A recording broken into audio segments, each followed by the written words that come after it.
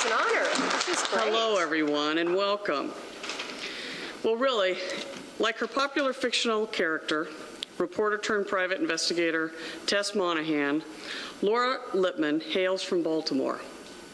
She worked as a reporter for the Baltimore Sun for 12 years and has 20 years of journalistic writing experience.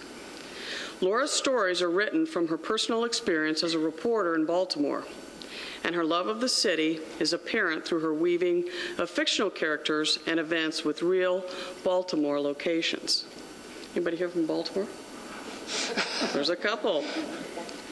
Laura has won numerous mystery writing awards, including the Agatha, Anthony, Edgar, Nero Wolfe, Quill, and Seamus Awards. In 2007, she taught at the 3rd Annual Writers in Paradise at Eckerd College and became a New York Times, bestseller author with the release of her novel, What the Dead Know. Laura's latest book, Another Thing to Fall, explores a police officer guarding a celebrity whose life might be in danger. And having recently experienced the candidates who participated in the presidential caucuses, I feel your pain.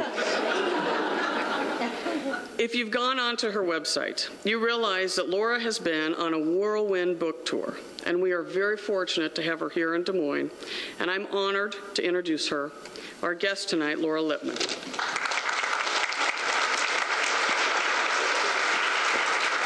Thank you.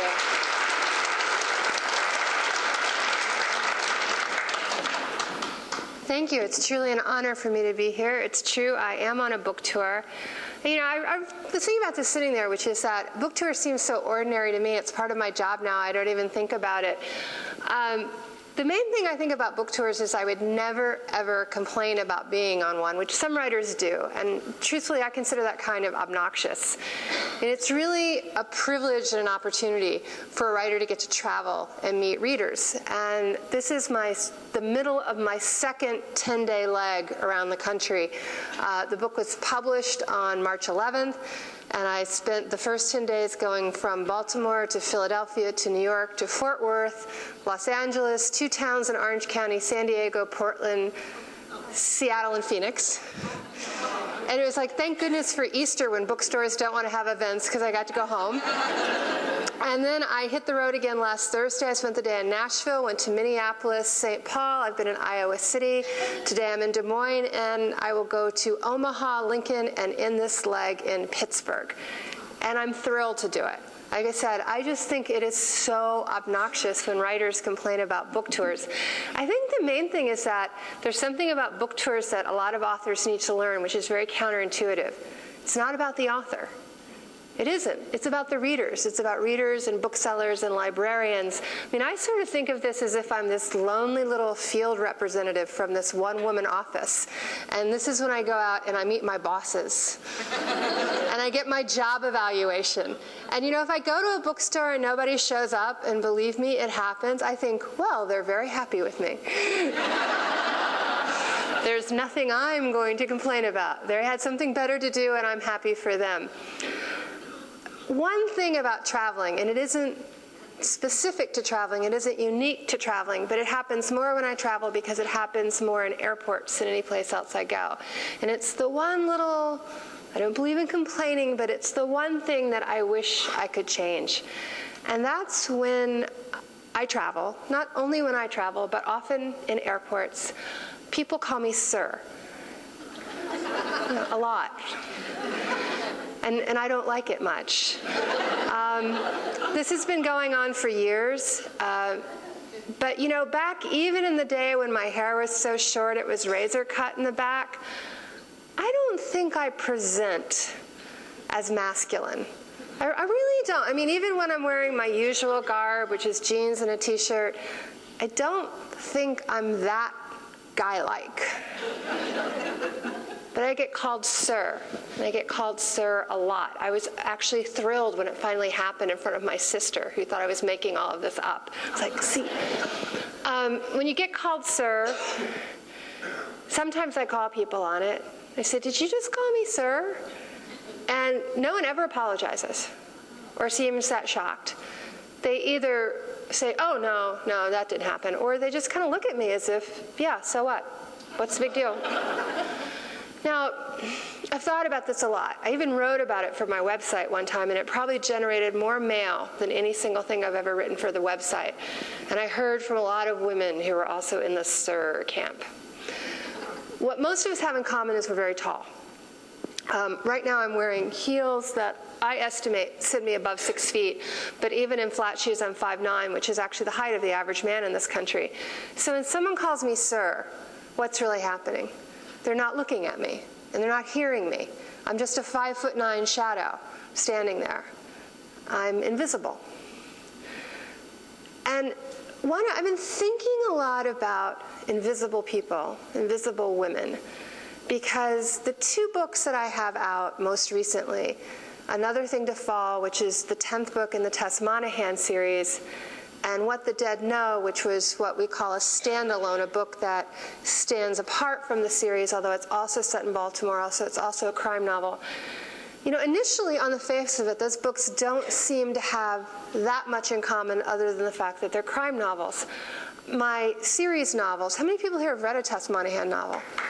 Oh, wow, that's really great. Thank you. I'm like, if one hand had gone up, I would have been thrilled. And has anyone here read one of the standalones, Every Secret Thing, To the Power of Three, What the Dead Know? And has anyone read from both camps? Yay, oh, thank you. You're helping me pay my mortgage. I think the people who have actually read from these 2 different kinds of books that I write will agree with me that the standalones tend to be rather dark and a little bit pessimistic, while somehow, even though the series novels are also set in the world of murder and horrible things happen, Tess Monahan, through it all, manages to maintain this kind of rueful optimism about human possibility and the human condition. So as I set out to think about how did these 2 books come out of the same head? This may not be something that worries anyone in this room, but I think it worries people in my family, people who have to live with me. You know, what's going on inside of that head? What do these books have in common? One is so dark. I mean, What the Dead Know has its sliver of hope at the end, but it's a fairly dark and sad book. And yet Tess shoulders on, what do these 2 books have in common? And I looked at them, and again I began to see this theme about invisible people. Now, and then I really began thinking in a larger way about who's invisible in our culture. And I began to think about the people who aren't seeing me, and I began to ask myself if I was seeing them. Because most of the people who call me sir work in what we call service jobs. They sell newspapers, they give people cups of coffee, and it's my hunch, although this is a bit of a chicken or an egg thing, that they might have become invisible first, and that they themselves have many days when people look through them, past them, don't see them. My sister works in a bookstore, so I've heard some stories from her end about what it's like to wait on people. A couple weeks ago, I was in my neighborhood liquor store. Actually, I could say that just about any day of the week. And I live in one of the few Baltimore neighborhoods where you can live your life on foot if you choose to. I live in, and really there's probably only 2 or 3 neighborhoods in all of Baltimore like this. It's fairly unusual. And most people don't do what I do, which is walk everywhere, but I try to. And I usually listen to an iPod, often audiobooks. But if I walk into a store, if I go to buy a cup of coffee, I take the earbuds out and I turn the iPod off. It would never occur to me to have an encounter with a human being and just be listening to my music or my audiobooks. The other day in the liquor store, I saw a woman come in. She was on her cell phone. She came in, she picked out a bottle of wine, she paid for it, she left. She never once stopped talking on the cell phone. She never acknowledged anyone who waited on her, who helped her. And I remember saying to the cashier, does that happen a lot? And she said, yeah, it happens a lot. And I thought, okay, so this is cutting both ways. There are all sorts of invisible people in our culture. And then looking back at the 2 books I'd written, I began to see how that idea had played out in the books even before I was conscious of it. In What the Dead Know, there's a woman who, for whatever reason, has chosen to be invisible, has selected the kind of jobs that allow her not to be noticed, and finds that it's all too easy. And even if you haven't read the book, it gives nothing away to say that the police detective in this book realizes that at the end of the book, something to his sadness. And he makes a point the next time he's at a party to take 5 minutes and talk to an older woman, a middle-aged woman that he knows, to ask her about her children, to listen to her. I mean, yeah, there's a redhead on the other side of the room that he's really interested in. And by the way, he's still going to go over and talk to that redhead. But as he says to himself, the redhead will keep. And for 5 minutes, he acknowledges that there's another person standing in front of him. Doesn't want to date her. He's not going to fall in love with her. They're not even going to become great friends. But he's going to take the time to look her in the eye and talk to her, which unfortunately is all too amazing a gift in the society that we now live in. And that was sort of the dark side of Invisible People. And then I started to write this book, Another Thing to Fall. And Another Thing to Fall was, I just said the author tour is all about the reader, and the books are all about the readers, but I have to confess, Another Thing to Fall on one level was about what I needed. After writing a very dark and difficult book, I needed a few laughs. I needed to cheer myself up. And so I wanted to write a book in my series that was funny and perhaps a little boisterous, always serious about murder because I never laugh about that. But I decided I was going to write a more satiric novel, and it was going to be on the subject of Hollywood. Now, I've been writing about Tess Monahan, reporter turned private investigator, for over 10 years. First Tess Monahan book came out in 1997. In that time, Tess has aged only 5 years, which I'm quite envious of. And one of the inevitable questions, really one of the very legitimate questions people always want to know is how much of you is in Tess and how much of Tess is in you? And there's really quite a bit when you're talking about our intellect and our temperament. Our autobiographies, not at all. I let my family off the hook. They didn't sign up for this.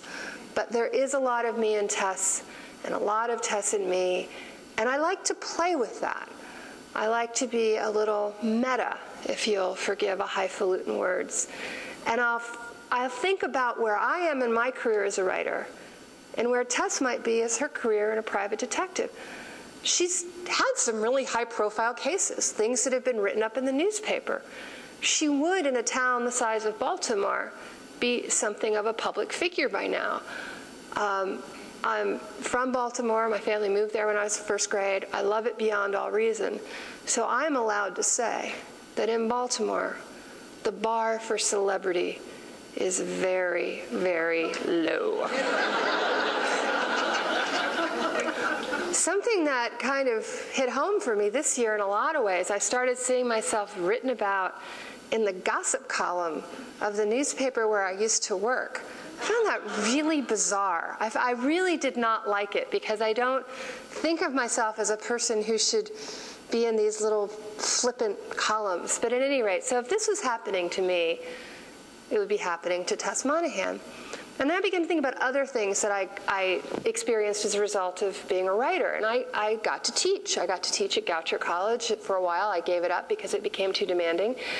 And I get to teach in this amazing writer's workshop down in St. Petersburg, Florida every year. It's really one of the highlights of my year. I go down there for a week. I just work my tail off, but it is great. I love teaching writing. And I thought, well, maybe Tess would be teaching.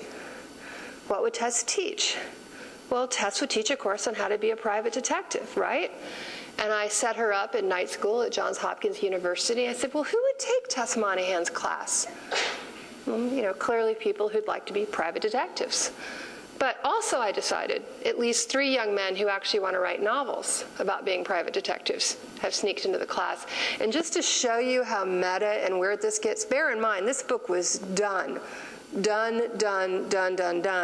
before I went off this past January to teach again at Eckerd. And in my class, there's a private detective who is writing a novel about a private detective who wanted to be a novelist. It was like, this made my head hurt. So I'm not kidding when I say that Tess's life and my life become very intertwined. I mean, I made this up and then it happened, and this happens more than I actually care for. So Tess is teaching a class on how to be a private detective. And one of the things for me is I work from what I've often called it the distant shore school of plotting.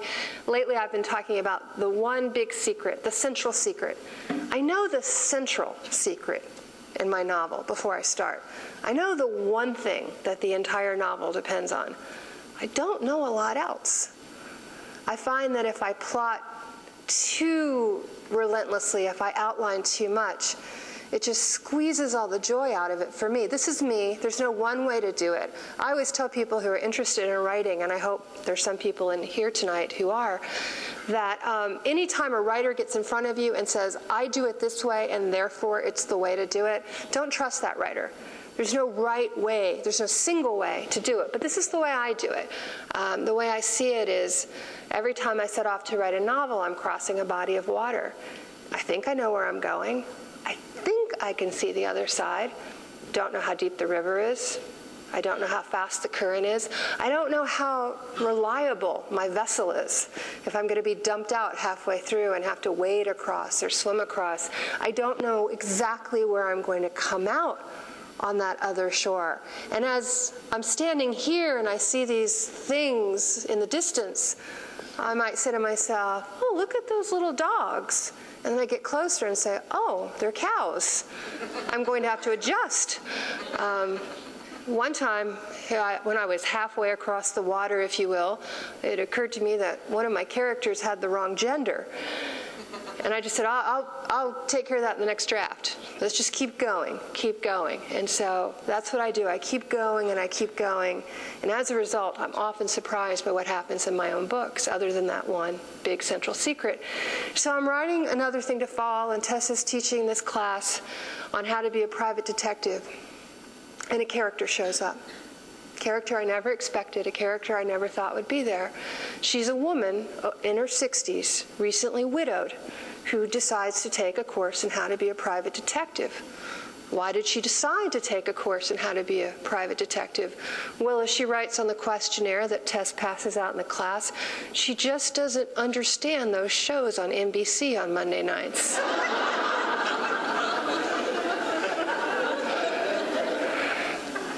I don't either, actually. I can't follow heroes to save my life. Her name is Mrs. Blossom, and she's given, perhaps inevitably, to big flowery dresses. And initially, she doesn't seem very bright. Asked to bring a laptop to the class, she brings what Tess estimates as a 15-year-old cell phone and hands it to her and says, "Can everybody get on the internet with this?" And the other students are impatient with her, and Tess is secretly impatient with her and despairs of her and resents her. And Tess finds out something about her own student one day. She is a prodigy at surveillance. Why is that? Because she's a woman over 60 and she's invisible. She can go into a bar. Nobody sees her. She can walk down the sidewalk. Oh, people see her, but they don't see her. And one of the great delights of this book was discovering Mrs. Blossom, discovering her powers, and realized that now that she had found her way into the Tess Monahan series, she probably wasn't going anywhere anytime soon. Matter of fact, Tess Monahan may have a partner the next time you see her, or at least for the first time an employee. So, all of this to show how two very different books might have something in common, something that I didn't plan, I didn't see. I began to even think that this whole invisible woman thing must be very much in the zeitgeist, because last fall, again, in November, when the book is essentially done, I was flying to Africa. And here's the thing. When I got to Africa, I was going to have to get on a very, very, very small plane. And as a result, I could only carry 33 pounds of luggage, which meant essentially no books. So, have you ever heard these stories about how when they take people away to rehab, they let them shoot up in the car? So it was kind of like I was going to rehab, and I wasn't going to have any books, so I was reading books. I was buying books and giving them to other people. I would buy a paperback and hand it off, and buy a paperback and hand it off. I had like 5 days before I would have to get down to the 33-pound limit. And I was in Kennedy Airport in New York, and I saw a memoir written by someone named Abigail Thomas called 3 Dog Life. And it was blurbed by Stephen King. I always find it interesting why people read what they read. I picked up this book because Stephen King recommended it, and I was curious to see what it was in a memoir of an ordinary woman's life that had so moved Stephen King, someone I quite admire. He's been very good to me. He's been very good to my husband, and his book on writing, I think, is actually one of the best. I have nothing but affection and admiration for Stephen King, and I think he's actually he's a terrific talent. Probably a writer who's been somewhat underrated. A little digression, it kind of cracks me up. A lot of critics now are beginning to take King seriously, and they can't bear to admit they might have been wrong. So they've created this whole just false story about how almost getting killed made Stephen King a better writer. I've seen this in reviews, and it makes me kind of crazy because I just don't think there's any truth to it, but there it is. So I picked up this book called 3 Dog Life, and I really admired it. This is a story of a woman whose husband went out to walk the dog one night, and the dog came back, and her husband had been hit by a car and suffered a grave brain injury, and their lives together were never the same. And the story's told without any self-pity. It's very honest, very plain in its language. It's quite beautiful. And it even has a passage about going back to New York, walking down a street where Abigail Thomas remembered being in her 20s, and now she's in her 50s, and she felt like no one was looking at her. Now, I have this big belief in writer karma, and I think writers, more than anyone else, are responsible for seeking out other writers and saying, I liked that. Especially when you don't know the writers. It's easy for me to tell one of my friends, I loved your book. Heck, I do that even sometimes when I don't love my friends' books. And I hope they do me the same courtesy. But no, seriously, I mean, it just, one of the amazing things about the internet, and, I can argue it either way. There are things I love about it, things I hate about it. But one of the things I'll never get over, as easy as it is whenever I open up my mailbox, and this happens almost every day now, twice a day, 4 times a day, and somebody just took time out to say, I like your books. It just knocks me out. I just think that's one of the most generous things that people do. So as a writer, I really feel obligated. So I tracked down Abigail Thomas's email address, and I sent her this email, and we exchanged emails just for this mutual admiration. And I finally got to the subject of invisible women, and I said, I've been thinking a lot about it. And I remembered when I was 8 years old, I wanted to fly. I wanted to be able to walk through walls, and of course I wanted to be invisible. So I've just decided that I have now finally come into my superpower. And I refuse to mourn it. There's another way to be invisible, and this touches on my personal life. Normally, I never talk about my personal life, but when I decided to write a book about Hollywood, about a television show, I invited inquiry into my life because I'm married to a television producer. I'm married to a man who produced, because it's over now, HBO's The Wire. And when I met him, he'd worked in television, but he was, currently between gigs, as they said. I always said when I met my husband, he was everything I ever wanted in a man. He was unemployed. Just love that. But, when we started dating, I knew he'd worked in television. I assumed he'd worked again. I didn't really know what was coming for us in this television show that has pretty much been part of our entire time living together. Matter of fact, when I moved into the house that we bought together, I did it by myself because he was working on his show, and you just can't get away. They're 18-hour days, and it's incredibly hard. And having spent all of this time establishing my own career, I'd written and published 7 books by the time we moved in together. I wasn't prepared at all to become invisible through the context of my relationship with him. But, we go to dinners with his people, television people, And, you know, we'll sit there, and they're nice. They're very nice people. And they'll say to me, what do you do? So I write novels.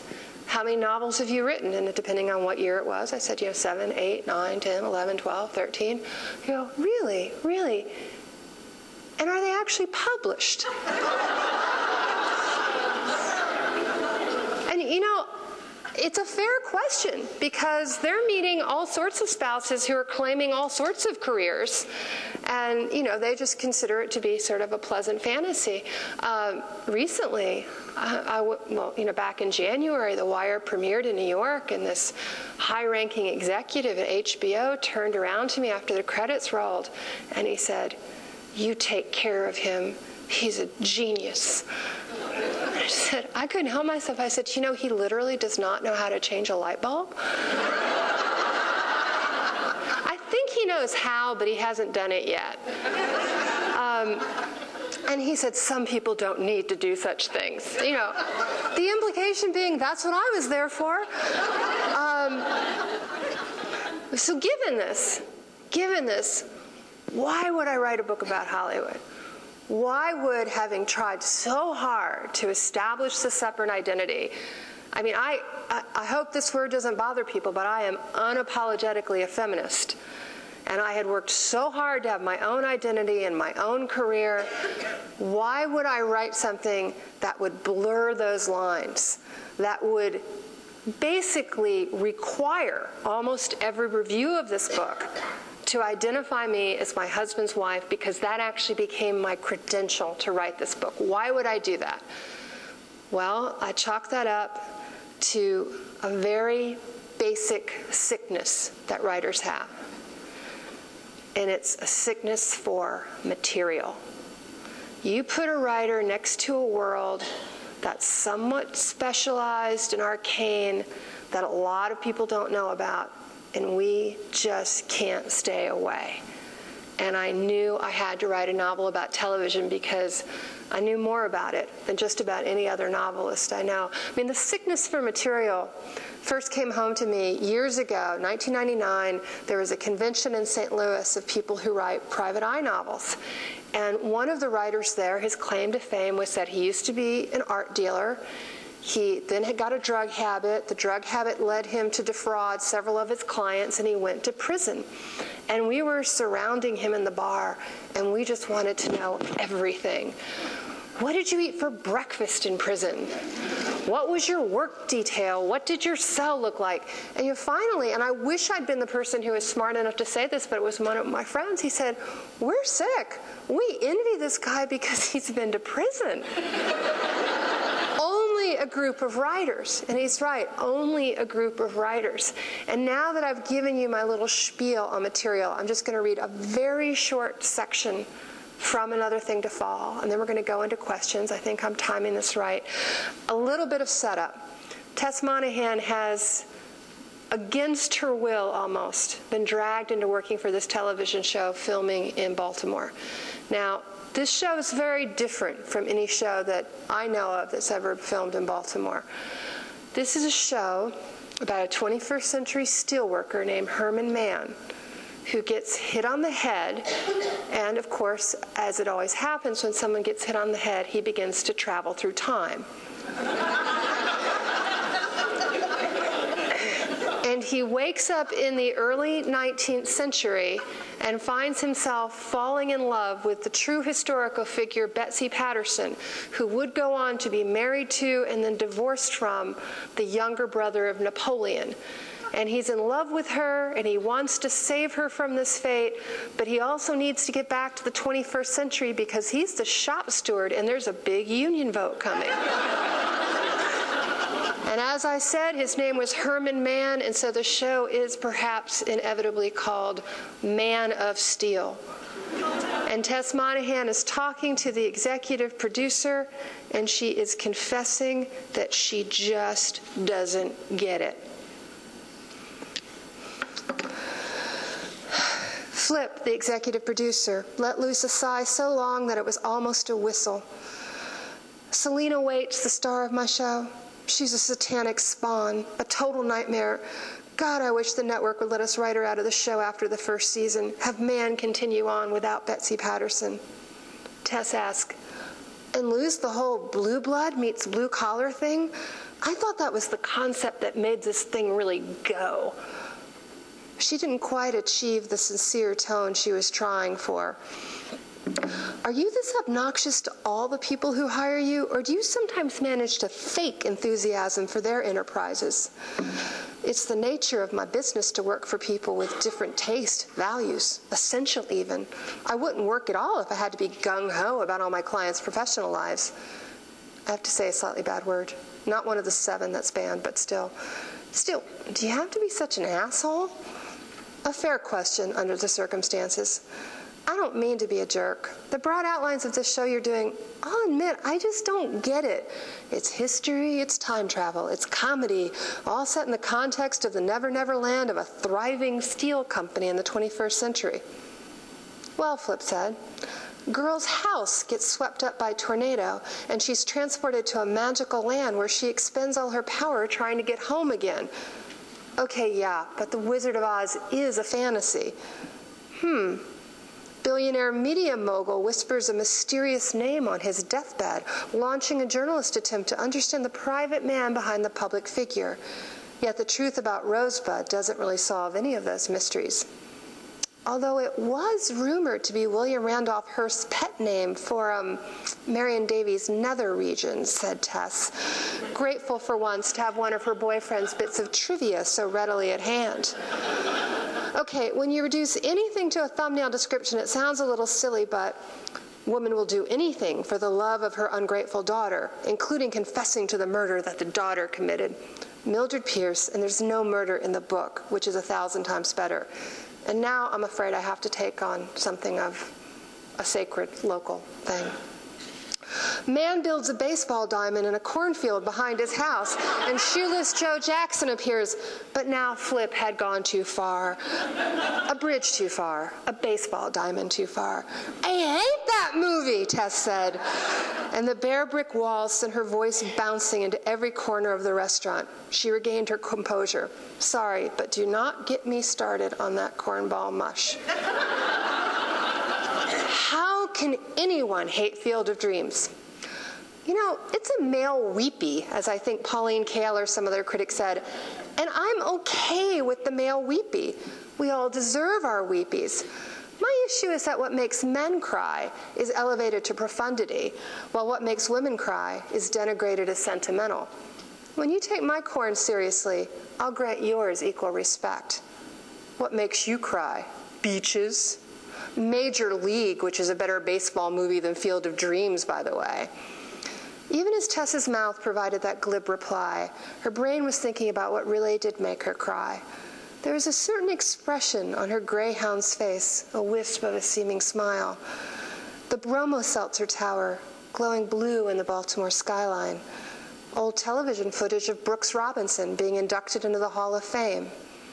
But no, Flip was talking about cinematic tears. Okay, then little Dominic dying in Noodle's arms in Once Upon a Time in America.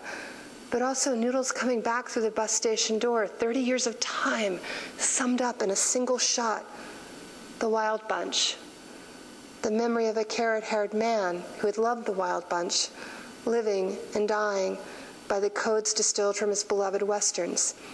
Had it really been just a little over a year ago? She reached for her knee. Maybe one day the scar wouldn't be there. Maybe one day it would all be a dream, just like in the movies. Strictly ballroom, Tess admitted. The part when the music goes out and the father starts to clap and they show they can do the paso doble without any music at all. Her eyes started to mist, making her seem truthful. But she was still thinking about her friend, dying on the cold cement of a parking lot, leaving her to fight for her own life and avenge his. You haven't shot down my central point, Flip said.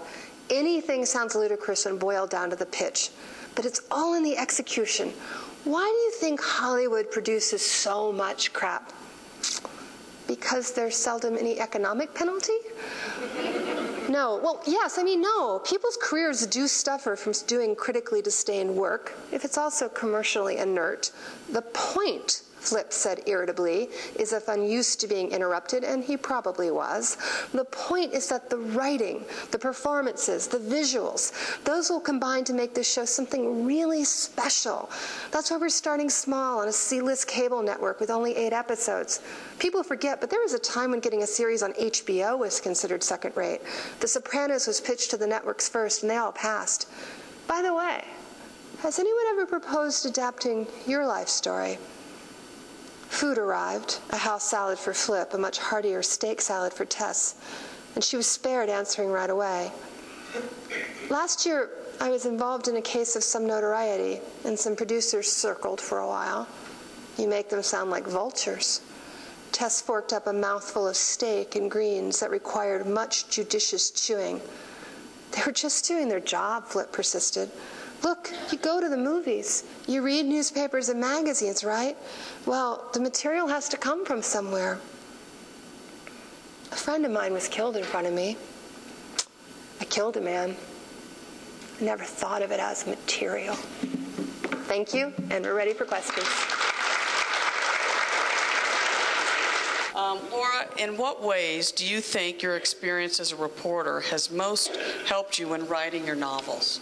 I think in that it demystifies research. I mean, when you're a reporter, I always tell people, I once had about 4 hours to report and write a story on how the water sterilization system in Baltimore had failed one day and certain people weren't getting clean water. And you know, by the time you've had 4 hours to research sort of like the history of your local sewer system and how it works, and you're just not that impressed by research. And it just gives you a real confidence about being able to take on complex things. Because I was a reporter for a long time, I know whom to call in Baltimore. They're much happier to talk to a novelist than a reporter. Much more helpful in a lot of ways. They can be more helpful. It really grounds me in the city, and I would never be arrogant to think I know everything about my hometown. I never will. So I'm always happy to make that phone call, but I don't just get crazy about it. I mean, I meet writers who haven't been journalists, and they're so excited because they're like, oh, I did all this research. What'd you do? I went for a ride-along with a police officer. Wow. Yeah, okay. So, yeah.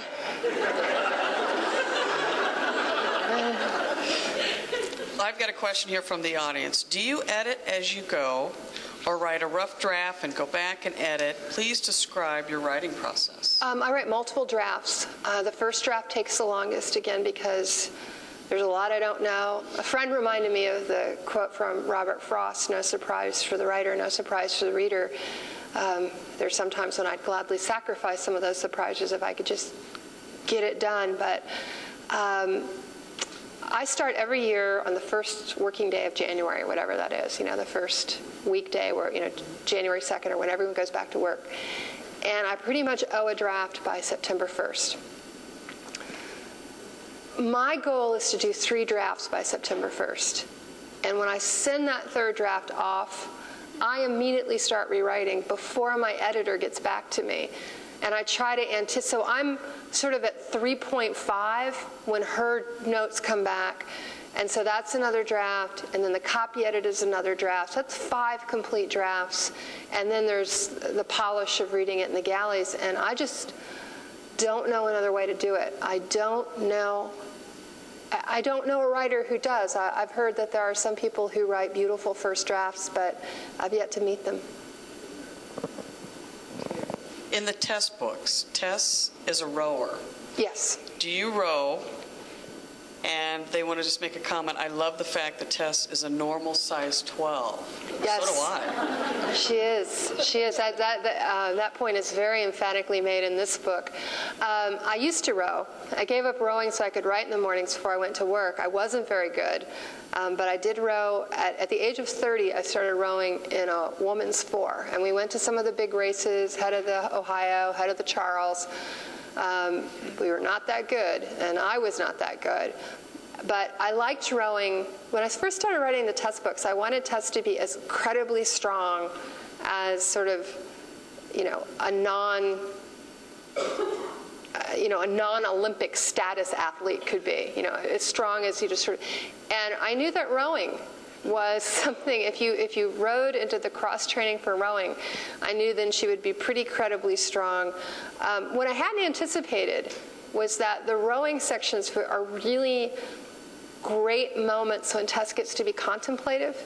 When she goes out on the water, it's usually to think and get her thoughts together, and that's very helpful for me as a writer, but that wasn't part of the plan. I just wanted her to be very fit. Okay. Would you like to talk about your acting debut? I had one line in the first episode of the 5th season of The Wire.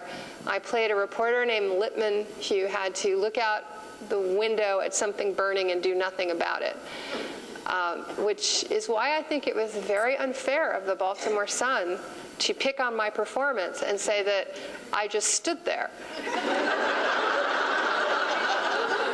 That was clearly what I was supposed to be doing. I got a much better notice in the Wall Street Journal. And I always tell people, there was no fire. I just had to make that up. They had to put that in through CGI later. I had no use for it. I found, I was there for 8 hours, not because they shot my one line over and over again, but because I had to go to makeup, I had to go to hair. It was like 3 hours before I was called to set. Then by the time I get to set, it's like, oh, a mandatory lunch break. Come back from set, we're shooting coverage. I was like, this is, it's boring. Life on set is boring. One of the things about actors, and bear this in mind when you read Another Thing to Fall, I've been around too many actors to think of them as stupid. Actors are very, very smart people. They're sensitive, they can be quirky as heck. Sometimes they need a lot of attention. But they're not stupid. They're very smart, and I don't know how they do this without just going insane. Okay. How important do you feel it is to be very familiar with the setting of a story as you are with Baltimore? Well, it's important to me as a writer. I don't know how to write about places I don't know very well. It's really tough. I set one book in Texas, which I know very well because I spent my 20s there working in Texas. But I really realized the catch was that Tess wouldn't know it. So I couldn't write about it with the same familiarity.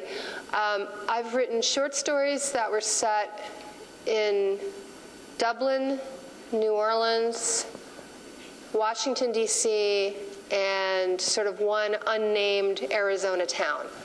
Those are the only things I've read set outside of Baltimore and written set outside. And it's hard for me. It just, and I think it's very telling that when I wrote about Dublin, for example, I wrote about it from the point of view of a tourist. And I have thought about sending Tess Monahan to Ireland to look up some family ancestors. But again, it would be from the point of view of a tourist. I know people who can write about places where they don't live. My hat's off to them. I am not one of them. I really need to inhabit a place and feel very comfortable in it before I can write about it. And I read for place, and I love people who evoke place. I got all excited today because I realized I was in Des Moines for the first time, and I began thinking, what I wished is I had my copy of The Life and Times of the Thunderbolt Kid with me, because that was what introduced me to, and I was like, gosh, what were those stories he talked about? And, I was like, I could look outside my hotel room and see the local newspaper, and I thought, is that the paper where he used to go visit his mom and dad? And I was just enchanted because, I love that book, and I was like, wow, I'm here. I'm like, if there'd been like a little, mini Bill Bryson tour, I would have probably been out on it.